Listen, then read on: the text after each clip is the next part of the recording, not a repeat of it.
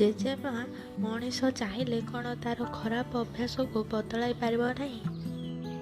ନିଶ୍ଚିନ୍ତ, କାହିଁକି ନୁହେଁ? ମୁଁ ସେହି ବିଷୟକୁ ନେଇ ଗୋଟିଏ କାହାଣୀ କହୁଛି, ଶୁଣ। ରାମଚନ୍ଦ୍ର ବାବୁଙ୍କର ଛୋଟ ପରିବାରଟିଏ। ରାମଚନ୍ଦ୍ର ବାବୁ ସବୁବେଳେ ଚାହାନ୍ତି ଯେ ପିଲା ଦୁହେଁ ଭଲ ସଂସ୍କାର ଶିଖନ୍ତୁ ଓ ନିଜ ଚରିତ୍ରକୁ ସୁଧାରନ୍ତୁ। ସେଥିପାଇଁ ସେ ପିଲା ଦୁହିଁଙ୍କୁ ଆଧ୍ୟାତ୍ମିକ ଦିଗକୁ ନେବା ପାଇଁ ଗୀତା ଭାଗବତ ପଢ଼ାନ୍ତି ଏବଂ ନିଜ ଜୀବନକୁ ସୁନ୍ଦର ଭାବରେ ବା ସରଳ ଭାବରେ ଗଢ଼ିବା ପାଇଁ ଉପଦେଶ ଦିଅନ୍ତି। ରାମଚନ୍ଦ୍ର ବାବୁ କହିବା ସମୟରେ ପିଲା ଦୁହେଁ ସବୁ ଶୁଣନ୍ତି ଏବଂ ବୁଝନ୍ତି। ରାମଚନ୍ଦ୍ର ବାବୁ ଭାବନ୍ତି ପିଲା ଦୁହେଁ ମୋର ସବୁ କଥା ମାନୁଛନ୍ତି ଏବଂ କାର୍ଯ୍ୟରେ ଲଗାଉଛନ୍ତି। ସେ ମଧ୍ୟ ପିଲା ଦୁହିଁଙ୍କୁ ଭଲ ସଂସ୍କାର ଦେଇଛନ୍ତି ବୋଲି ଭାରି ଖୁସି ହୁଅନ୍ତି।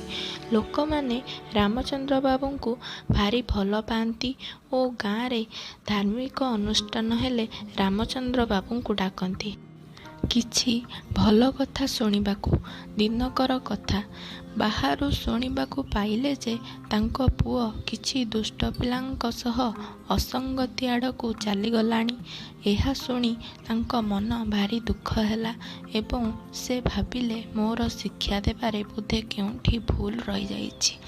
ଦିନେ ରାମଚନ୍ଦ୍ରଙ୍କ ପୁଅ ସାଙ୍ଗସାଥୀମାନଙ୍କ ସହ ବୁଲିବାକୁ ଯାଇଥିଲେ।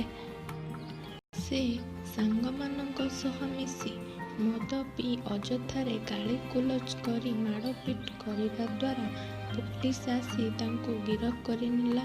ରାମଚନ୍ଦ୍ର ବାବୁଙ୍କ ପୁଅ ବୋଲି ଜାଣିପାରି ପୋଲିସ ତାଙ୍କୁ ଛାଡ଼ିଦେଲା।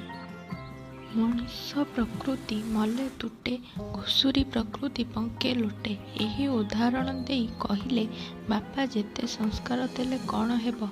ପୁଅ କିନ୍ତୁ କିଛି କାର୍ଯ୍ୟରେ ଲଗାଇଲା ନାହିଁ। ପୁଅ କାରଣରୁ ବାପାଙ୍କୁ ମଧ୍ୟ ଅନେକ କଟୁ କଥା କହିଲେ।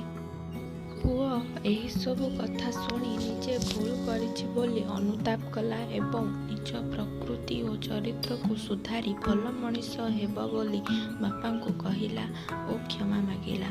ଲୋକେ କହିଥିବା କଥାକୁ ଭୁଲ ପ୍ରମାଣିତ କରିବ ବୋଲି ନିଜେ ମନେ ମନେ ସ୍ଥିର କଲା। ବାସ୍ତବରେ ଯଦି କେହି ନିଜ ଚରିତ୍ରକୁ ସୁଧାରିବାକୁ ଚାହିଁବ ତାହେଲେ ସେ ଭଲ ମଣିଷ ହୋଇପାରିବ।